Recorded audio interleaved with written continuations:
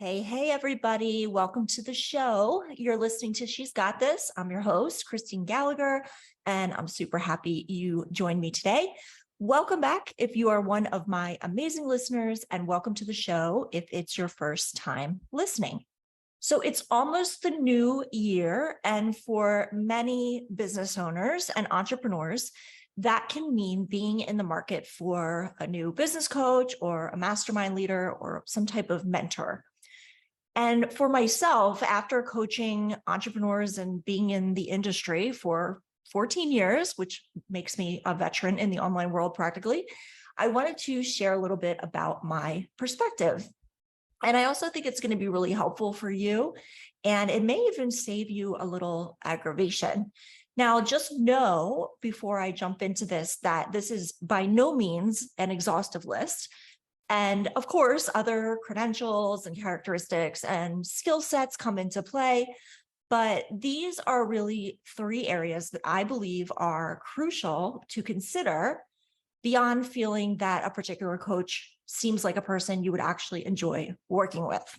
Number one, have they actually turned a profit in business before? And no, I don't necessarily mean their business as a coach. I understand we definitely need to all start somewhere. And there's also something to be said for running an actual business or businesses unrelated to coaching that have actually created income.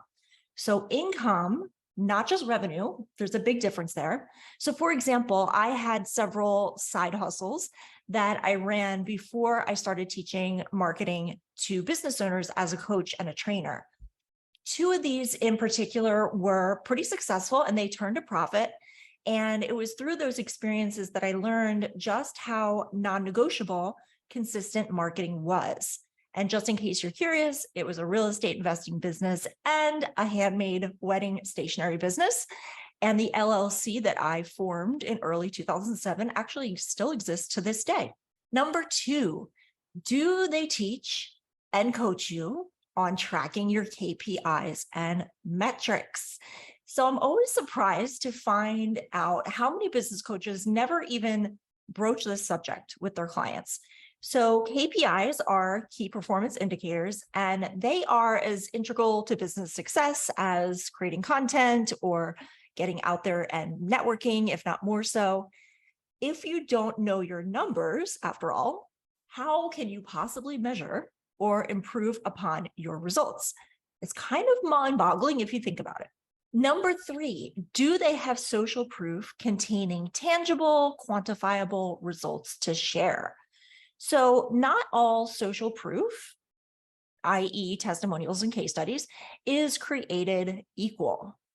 If a coach can't show you a really healthy quantity of results-based testimonials from current or past clients or students, to me, that's a bit of a red flag.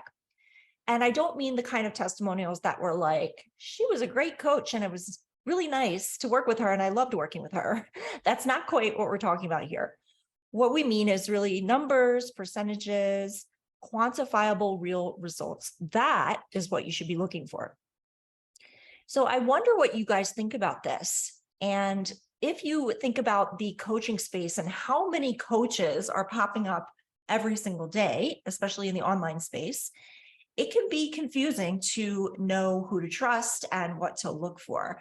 So feel free to send me a message or an email and we can continue the conversation, because I think it's more important than ever to really be discerning and to have some sort of criteria for yourself.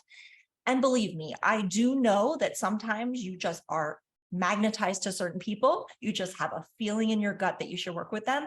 And I'm not discounting that at all. But if you want to make sure you're, quote, doing your homework and making a smart decision, then what we've been talking about here, I think is really important to consider as well. All right, I love you guys. Thank you for listening as always. If you love this episode or if it helped you, please share it. I would love to get this out to as many people as possible. And I love doing these episodes for you. I hope they help you and I hope you have a beautiful day. Until next time, keep shining that light of yours.